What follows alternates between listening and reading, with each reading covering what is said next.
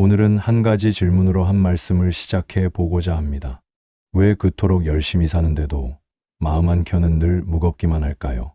아침에 눈을 뜨면 또 하루를 살아낼 일이 막막하고, 밤이 되면 잠자리에 누워서도 마음이 시끄러워 쉬이 잠들지 못하시는 분들이 많을 것입니다. 자식이 내 말을 듣지 않아 속이 상하고, 한때는 가까웠던 친구의 말 한마디에 가슴이 시리고, 직장에서 만나는 사람들과 사이가 어긋나 하루 종일 마음이 무거우셨을 수도 있습니다. 살아간다는 일이 어느새 견디고 또 견뎌야 하는 일이 되어버린 것이지요. 이런 푸념을 안고 살아가시는 분들이 의외로 많습니다. 겉으로 보면 별일 없는 평온한 하루인데, 정작 마음 안은 시끄러워서 그 시끄러움이 곧 삶의 무게가 되어버린 사람들. 자기 자신이 자기 자신에게 가장 큰 짐이 되어버린 그런 분들이지요. 가만히 들여다보면 우리 인생은 참 묘합니다. 젊은 시절에는 어른이 되면 조금은 가벼워지리라 여겼습니다. 그러나 나이가 들어보니 짊어진 짐의 모양만 바뀌었을 뿐 그 무게는 줄어들지 않았습니다. 자식이 어렸을 때는 자식이 자라기만을 바랐고, 자식이 자라고 나니 그 자식이 자기 자리를 잘 잡기를 바랐으며, 자식이 자리를 잡고 나니 또 다른 걱정이 그 자리를 채우더군요. 마음의 짐이라는 것은 마치 짐 가방과도 같아서 한 가방을 내려놓으면 또 다른 가방이 손에 들립니다.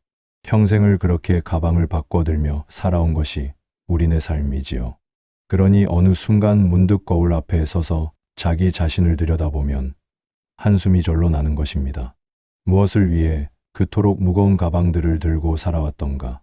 그런 물음이 가슴을 가만히 누릅니다. 오늘은 그런 마음을 안고 계신 분들께 부처님께서 들려주신 한 말씀을 정성껏 전해 드리고자 합니다. 부처님께서는 이 모든 괴로움의 뿌리를 한 곳으로 가리키셨습니다. 바깥이 아닙니다. 다른 사람도 아니고 운명도 아닙니다. 바로 우리 자신의 마음이라고 이르셨지요. 이 말씀을 처음 들으시면 살짝 서운한 마음이 드실 수도 있습니다. 그동안 그토록 힘들었던 것이 다 내 마음 탓이었다니. 그러면 나는 평생 잘못 살아온 것인가? 그렇게 여기실 수도 있지요. 그러나 부처님의 뜻은 그런 것이 아닙니다. 우리 마음 안에 모든 괴로움의 뿌리가 있다는 말씀은 동시에 우리 마음 안에 모든 평온의 자리도 있다는 뜻이거든요. 바깥에 있는 것은 우리 손으로 어쩌지 못하지만 안에 있는 것은 우리 손으로 다스릴 수 있습니다. 그러니 이 말씀은 절망의 말씀이 아니라 가장 깊은 희망의 말씀이지요. 오늘은 부처님께서 들려주신 마음에 관한 7가지 가르침을 한결씩 차근차근 풀어드리겠습니다. 부디 따뜻한 차 한 잔 곁에 두시고 천천히 들어주십시오. 이 한 말씀을 끝까지 들으시고 나면 오늘 밤 베갯머리에 닿는 마음이 한결 가벼워지실 겁니다. 먼저 한 가지를 함께 생각해 보고자 합니다. 사람은 왜 사는가? 이 물음은 우리 모두가 한 번쯤은 가만히 자기에게 던져본 물음입니다. 젊은 시절에는 야망과 꿈이 그 답이었고, 결혼하고 자식을 낳은 뒤로는 가족이 그 답이었습니다. 그러다 자식들이 자기 살기를 찾아 떠나고 정년 퇴임을 맞이하고 친구들이 하나둘 자리를 비우는 시절이 되면 우리는 다시금 그 오래된 물음 앞에 서게 됩니다. 사람은 왜 사는가? 부처님께서는 잔잔히 이르셨습니다. 사는 데에는 본디 정해진 까닭이 없다고. 다만 우리에게 주어진 진짜 물음은 어찌 살 것인가에 있다고 말씀하셨지요. 왜 사는가는 답이 없는 물음입니다. 그러나 어찌 살 것인가는 우리가 매일 매 순간 답해가는 물음입니다. 오늘 이 순간에 마음을 두고 편안히 살아갈 것인가? 아니면 지나간 일들을 자꾸 되짚으며 아직 오지 않은 일들을 미리 걱정하며 무거운 짐을 지고 살아갈 것인가? 그 선택은 누구도 대신해 주지 않습니다. 오로지 우리 자신의 몫이지요. 세상의 모든 사람은 행복을 바랍니다. 남자든 여자든 젊은 사람이든 나이 든 사람이든 어떤 자리에서 어떤 생각으로 살아가든 누구나 행복할 권리를 지니고 태어났습니다. 누구도 이 권리를 빼앗을 수 없고 누구도 이 권리에서 제외되지 않습니다. 그러나 안타까운 일이지요. 행복하고자 하는 마음은 그토록 간절한데 세상은 우리가 바라는 대로 흘러주지 않으니 말입니다. 마음이 시끄러운 분들의 이야기를 가만히 들어보면 한 가지 공통된 결이 있습니다. 행복과 불행을 결정하는 요소가 자기 자신이 아니라 늘 바깥에 있다는 점이지요. 자식이, 남편이, 아내가, 친구가, 직장 동료가 어떻게 해주느냐에 따라 자기 마음이 출렁입니다. 바깥의 한마디 말, 한 가지 표정에 종일 마음이 끌려다니는 것입니다. 이런 분들의 마음을 한번 들여다보십시오. 매일 아침 눈을 뜨자마자 자식의 안부 전화를 기다립니다. 전화가 오지 않으면 종일 가슴이 답답하고, 전화가 와도 그 통화 시간이 짧으면 또 서운해집니다. 친구를 만나면 그 친구의 표정 하나하나를 살핍니다. 평소보다 인사가 짧으면 무슨 일이 있는가 마음을 졸이고, 평소보다 말수가 적으면 자기에게 무엇이 서운한가 곱씹어 봅니다. 그렇게 종일 바깥을 살피느라 정작 자기 자신은 살피지 못하는 것이지요. 우리는 흔히 이렇게 생각합니다. 모든 일이 내 뜻대로 흘러가야만 비로소 행복할 수 있다고. 그러나 가만히 들여다보면 세상은 그렇게 만들어져 있지 않습니다.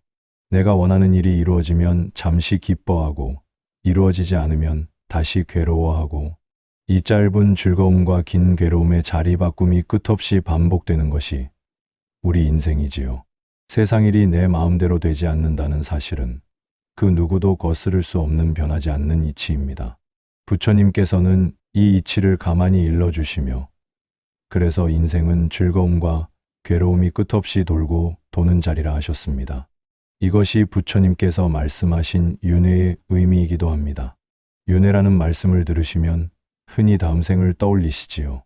그러나 부처님께서 말씀하신 윤회는 다음 생만의 일이 아닙니다. 우리가 살아있는 지금 이 순간에도 윤회는 일어나고 있습니다.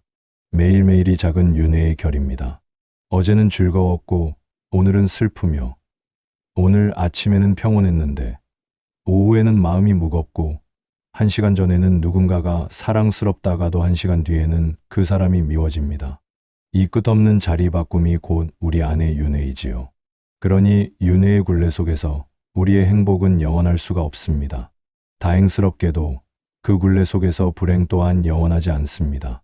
어제의 즐거움이 오늘의 슬픔이 되기도 하고, 오늘의 괴로움이 내일의 위로가 되기도 합니다. 옛 어른들이 전화위복이라 하셨고, 인생사 세옹지마라 하셨지요. 모두 같은 이치를 다른 말로 풀어낸 옛사람의 지혜입니다. 세옹지마라는 옛 이야기를 잠깐 떠올려 보십시오. 변방에 늙은이 한 분이 살았는데 어느 날 키우던 말이 도망쳤다 합니다. 마을 사람들이 위로하러 오자 그 늙은이는 가만히 말했지요. 이 일이 복이 될지 누가 알겠소. 며칠 뒤 그 도망친 말이 더 좋은 말 한 마리를 데리고 돌아왔습니다. 사람들이 축하하러 오자 늙은이는 또 말했지요. 이 일이 화가 될지 누가 알겠소. 늙은이의 아들이 그 말을 타다가 다리를 다쳤습니다. 사람들이 또 위로하러 오자 늙은이는 또 말했습니다.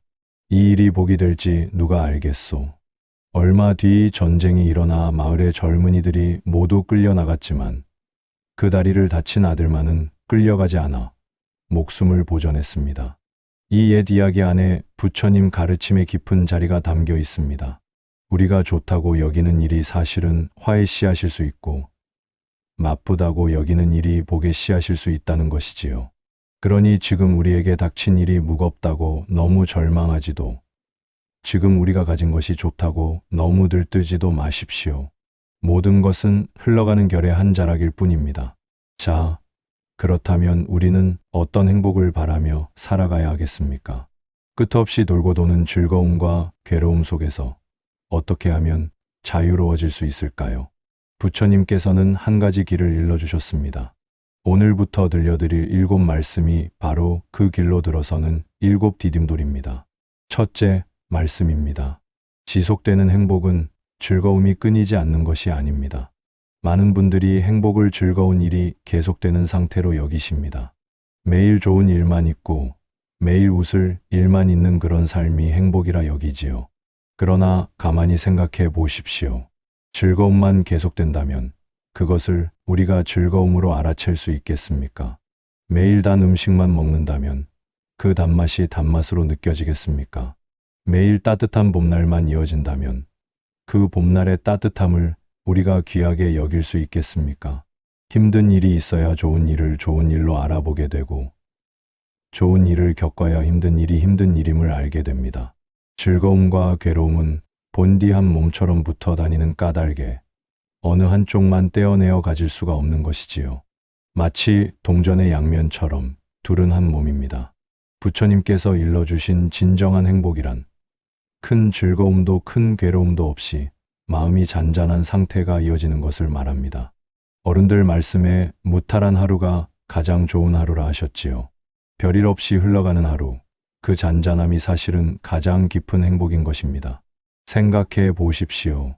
큰 기쁨을 좇느라 큰 괴로움을 함께 받아들이는 삶보다 잔잔한 평온이 길게 이어지는 삶이 훨씬 더 깊고 단단합니다. 큰 기쁨은 잠시 마음을 들뜨게 하지만 그 들뜬 마음은 곧 가라앉으면서 그만큼의 허전함을 남깁니다. 그러나 잔잔한 평온은 들뜨지 않기에 가라앉지도 않습니다. 그저 깊이 흐르는 강물처럼 우리 삶을 가만히 받쳐주지요. 오늘 하루를 돌아보십시오. 별일 없이 지나간 하루였다면 그것이 사실은 가장 큰 행복이었음을 가만히 알아주십시오. 큰일이 일어나기를 바라지 마십시오. 큰일이 일어나면 우리는 또 다른 무게를 지게 됩니다. 그저 오늘 같은 하루가 내일도 모레도 이어지기를 그렇게 잔잔하게 바라는 마음, 그것이 부처님께서 일러주신 첫 번째 평온의 자리입니다. 둘째 말씀입니다. 모든 괴로움의 뿌리에는 욕구가 있습니다. 부처님께서는 깨달음을 얻으신 뒤 가장 먼저 이 진리를 사람들에게 들려주셨습니다. 우리가 괴로운 까닭은 무언가를 바라기 때문이라고, 무언가를 가지고 싶고 누군가가 내 뜻대로 움직여 주기를 바라고 어떤 일이 내가 원하는 모양으로 풀리기를 바라기 때문이라고 말입니다. 가만히 자기 마음을 들여다 보십시오. 오늘 하루 동안 우리는 얼마나 많은 것을 바랐습니까? 아침에는 자식의 전화 한 통을 바랐고, 점심에는 좋은 반찬 한 가지를 바랐고, 오후에는 친구의 안부 한마디를 바랐으며, 저녁에는 평온한 잠자리를 바랐습니다. 이 모든 작은 바람들이 채워지지 않을 때마다 우리 마음에는 작은 가시가 하나씩 박힙니다. 하루가 끝날 때쯤이면 그 가시들이 모여 가슴이 묵직해지는 것이지요. 그렇다면 우리는 모든 욕구를 억누르며 고행자처럼 살아야 하겠습니까? 부처님께서는 그렇지 않다 하셨습니다. 부처님께서도 깨달음을 얻으시기 전 6년의 모진 고행을 직접 겪으신 끝에 양극단을 모두 내려놓고 가운데 길을 가야 한다고 일러주셨지요. 부처님의 고행 시절 이야기를 잠깐 떠올려 보십시오. 부처님께서는 깨달음을 얻기 위해 하루에 콩 한 알, 쌀 한 톨만 드셨다 합니다. 몸이 마를 대로 말라 갈비뼈가 다 드러났고 손가락으로 배를 누르면 등뼈가 만져질 정도였다 하지요. 그렇게 모진 고행을 6년이나 이어가셨지만 그 끝에 부처님께서 깨달으신 것은 한 가지였습니다. 몸을 학대하는 고행으로는 진리에 닿을 수 없다는 것이었지요. 부처님께서는 그날 강물에 들어가 몸을 씻으시고 한 여인이 올린 우유죽 한 그릇을 드셨다 합니다. 그러고는 보리수 아래로 가셨지요. 즐거움만 조차도 안 되고 일부러 자기 자신을 괴롭게 만들어도 안 된다는 가르침. 마음이 들뜨지도 않고 가라앉지도 않는 그 가운데 자리에 머무는 일. 그것이 부처님께서 직접 몸으로 깨달으신 진정한 평온의 길이라 하셨습니다. 그러니 우리도 무언가를 끝없이 바라며 살아도 안 되고 모든 것을 억지로 끊어내며 살아도 안 됩니다. 다만 욕구가 일어날 때 그 욕구에 휘둘리지 않고 가만히 그 욕구를 알아차리는 일, 그것이 가운데 길의 시작입니다. 셋째 말씀입니다. 욕구가 일어나는 그 순간을 알아차리는 것이 마음 다스림의 시작입니다. 욕구는 막을 수가 없습니다. 사람의 마음에 욕구가 일어나는 일은 자연스러운 일이지요. 봄이 되면 새싹이 돋고 가을이 되면 잎이 지듯이 우리 마음에도 갖가지 욕구가 일어났다가 사라집니다. 다만 부처님께서는 그 욕구가 일어나는 순간을 가만히 알아차리는 연습을 하라 하셨습니다. 무엇을 가지고 싶은 마음이 들 때, 무엇을 누군가에게 따져 묻고 싶은 마음이 들 때, 화가 치밀어 한마디 쏘아붙이고 싶은 마음이 들 때, 그 순간 행하기 전에 잠시 멈춰 서십시오. 그러고는 마음속으로 가만히 일러 보십시오. 아, 지금 내 안에 어떤 욕구가 일어나는구나 하고 말입니다. 이렇게 알아차리는 그 한순간이 모든 것을 바꿉니다. 마치 폭포 앞에서 한 발자국 뒤로 물러서는 것과 같습니다. 폭포 안에 있을 때는 물줄기에 휩쓸려 어찌할 도리가 없지만 한 발자국만 뒤로 물러서면 폭포의 모양이 보이고 그 폭포가 곧 득실이라는 것도 알게 됩니다. 욕구를 따라 곧장 행하면 그 끝에 결과가 따라옵니다. 그 결과는 다시 우리 자신에게로 돌아오지요. 부처님께서는 이를 일러 수레바퀴가 소의 발자국을 따라가는 것과 같다 하셨습니다. 우리가 한 말과 한 행동은 결코 사라지지 않고 시간이 지난 뒤 우리의 삶에 그 모양 그대로 따라옵니다. 그러니 욕구를 따라가기 전에 먼저 알아차림이 한 발 앞서야 하는 것이지요. 한 가지 작은 일화를 들려드리고자 합니다. 옛적에 한 사람이 큰 스님께 여쭈었다 합니다. 스님, 저는 화를 내지 않고 살고 싶은데 도무지 그렇게 되지가 않습니다. 어찌해야 합니까? 큰 스님께서 가만히 답하셨지요. 화를 내지 않으려 애쓰지 마시오. 다만 화가 일어나는 그 순간을 알아차리시오. 알아차리면 그 화는 그대 것이 아니라 손님이 됩니다. 손님은 잠시 머물다 가게 마련이지요. 그렇습니다. 알아차림이 들어서면 어떤 감정도 손님이 됩니다. 손님은 우리 집의 주인이 아닙니다. 잠시 머물다 떠나가지요. 화도 슬픔도 두려움도 모두 그러합니다. 알아차리는 그 한 호흡이 모든 감정을 손님으로 바꾸어 놓습니다. 넷째 말씀입니다. 괴로움의 진짜 뿌리는 마음 안에 있습니다. 세상을 바라보는 마음의 비관과 부정이 깃들면 그 마음은 우리를 끝없는 괴로움 속으로 끌고 들어갑니다. 같은 비를 바라보아도 어떤 분은 운치 있는 풍경이라 하시고 어떤 분은 우울한 날이라 하시지요. 비는 그저 내릴 뿐 비에는 운치도 우울함도 본디 없습니다. 그것을 만들어내는 것은 비를 바라보는 사람의 마음입니다. 같은 자식의 모습을 보아도 그러합니다. 어떤 날은 그 아이가 한없이 사랑스럽고 어떤 날은 그 아이의 작은 행동 하나가 가슴에 박힙니다. 그 자식은 어제와 오늘 변한 것이 없는데 변한 것은 그 자식을 바라보는 우리 자신의 마음 한 자락입니다. 옛 선사 가운데 한 분이 제자들에게 이렇게 물으셨다 합니다. 깃발이 바람에 펄럭이는 것을 보시며 지금 펄럭이는 것이 무엇이냐? 한 제자가 말했습니다. 깃발이 움직입니다. 다른 제자가 말했습니다. 바람이 움직입니다. 두 제자는 서로 자기 말이 옳다고 다투었습니다. 선사께서는 가만히 이르셨습니다. 깃발이 움직이는 것도 아니고 바람이 움직이는 것도 아니다. 너희 마음이 움직이는 것이니라. 이 한마디 안에 부처님 가르침의 정수가 담겨 있습니다. 모든 풍경은 결국 마음의 풍경입니다. 마음이 흔들리지 않으면 깃발도 바람도 흔들리지 않는 것이지요. 이 가르침을 일상에 풀어두실 한 가지 작은 방법을 일러드리겠습니다. 무언가가 마음에 걸리는 일이 있으실 때 그 일 자체에 매달리지 마시고 그 일을 바라보는 자기 마음을 한번 들여다보십시오. 자식의 짧은 통화가 나를 무겁게 하는 것이 아닙니다. 그 짧은 통화를 무겁게 받아들이는 내 마음의 결이 나를 무겁게 하는 것이지요. 별일 아닙니다. 별 문제 없습니다. 그렇게 가만히 마음을 다독여 보십시오. 그 한마디가 우리를 괴로움 밖으로 데려다 줍니다. 거창한 깨달음이 필요한 것이 아닙니다. 다만 매 순간 자기 마음을 잠시 들여다보는 그 작은 습관 하나가 평생의 무게를 가볍게 만들어줍니다. 다섯째 말씀입니다. 우리 마음 안에는 네 가지 깊은 병이 자리하고 있습니다.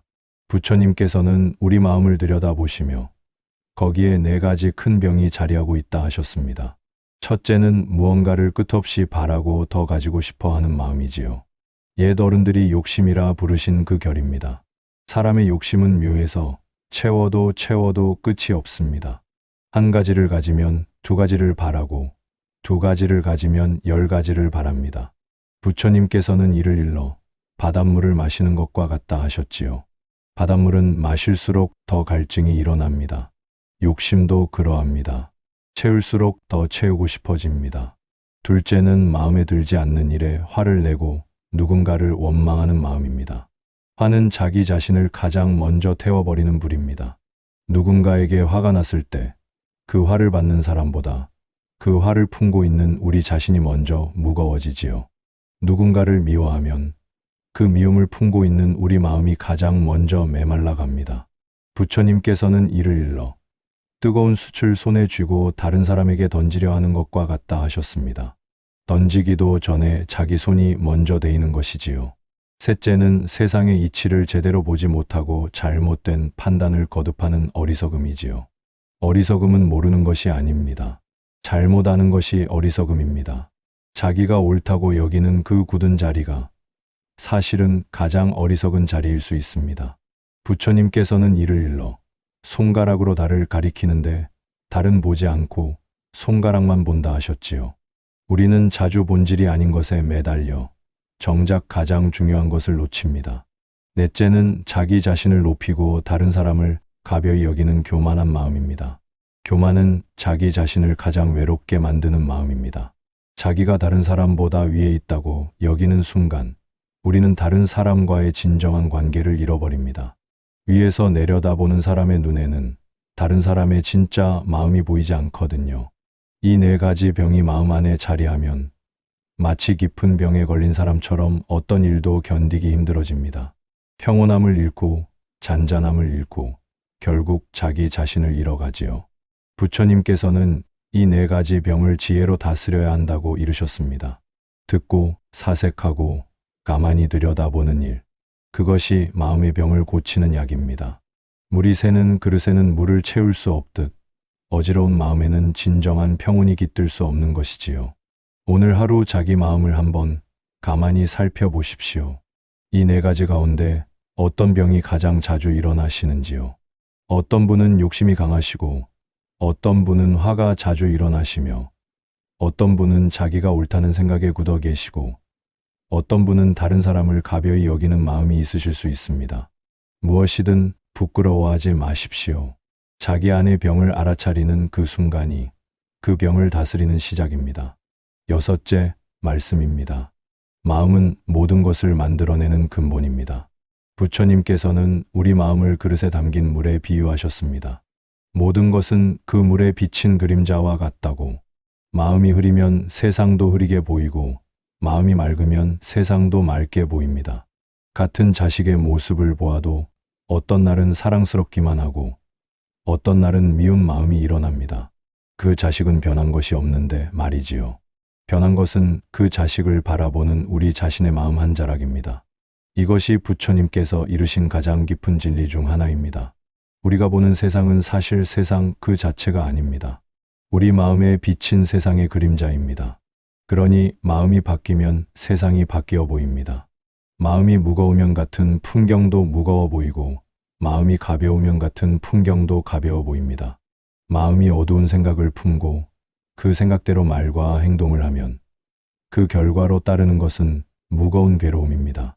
마치 수레바퀴가 자국을 쫓아오듯이 말이지요. 어두운 마음으로 한 말은 다른 사람의 마음에 어둠을 들이우고 그 어둠은 결국 우리에게로 돌아옵니다. 이것이 부처님께서 일러주신 인과의 결입니다.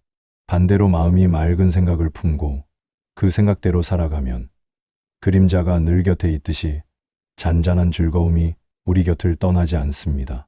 맑은 마음으로 한 말은 다른 사람의 마음을 맑게 하고 그 맑음은 결국 우리에게로 돌아옵니다. 세상에는 갖가지 향기가 있지만 어떤 향기는 바람을 거스르지 못하고 바람을 따라서만 흘러갑니다. 꽃향기가 그러하지요. 꽃향기는 바람이 부는 방향으로만 퍼져나갑니다.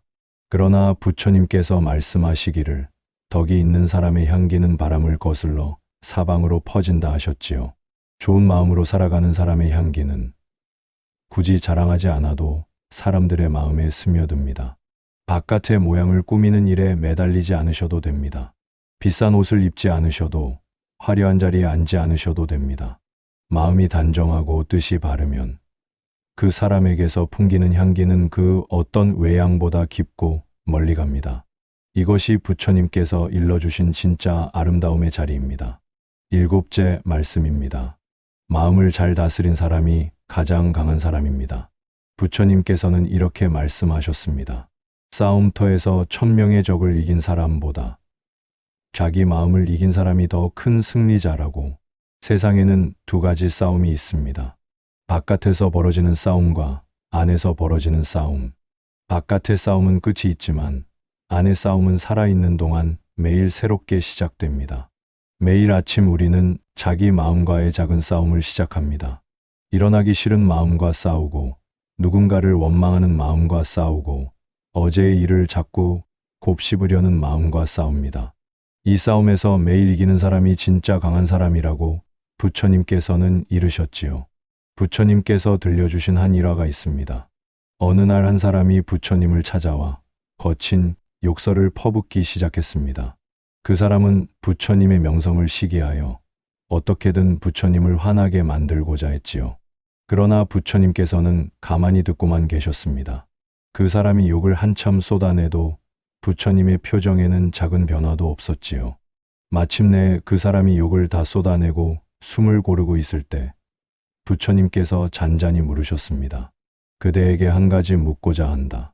그대가 누군가에게 선물을 주려 하였는데 그 사람이 받지 않으면 그 선물은 누구의 것이 되겠는가? 그 사람이 답했습니다. 다시 제 것이 됩니다. 부처님께서는 미소 지으시며 이르셨습니다. 그대가 나에게 준 욕설도 그러하다. 나는 받지 않았으니 그것은 다시 그대의 것이니라. 이 한 일화가 마음 다스림의 가장 깊은 자리를 보여줍니다. 바깥에서 무엇이 날아오든 그것을 받을지 말지는 내가 정하는 것이지요. 누군가의 비방이 날아와도 누군가의 무례가 닿아도 그것을 받지 않으면 내 것이 되지 않습니다. 자식이 무심한 한마디를 던졌을 때 그 한마디를 받아 가슴에 새기실지 흘려보내실지는 우리의 선택입니다. 친구가 서운한 말을 했을 때 그 말을 받아 종일 곱씹으실지 강 건너 풍경처럼 바라보실지는 우리의 선택입니다. 약해 보일지 모르나 받지 않는 것이 사실은 가장 단단한 강함입니다. 여기까지 들려드린 7말씀을 어떻게 일상에 풀어두실 수 있을지 마지막으로 일러드리고자 합니다. 부처님께서는 우리 마음을 야생의 코끼리에 비유하시기도 하셨고 가지에서 가지로 뛰어다니는 원숭이에 비유하시기도 하셨습니다. 그만큼 마음은 잠시도 가만히 머물지 못합니다. 이것을 생각하다가 저것을 생각하고 한순간 즐거웠다가 다음 순간 괴로워지지요. 잠자리에 누워서도 어제 일을 떠올렸다가 내일 일을 걱정했다가 10년 전 일을 끌어왔다가 합니다.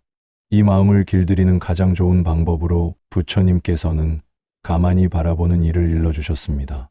마음 안에 화가 일어날 때 그 화에 곧장 휩쓸리지 마십시오.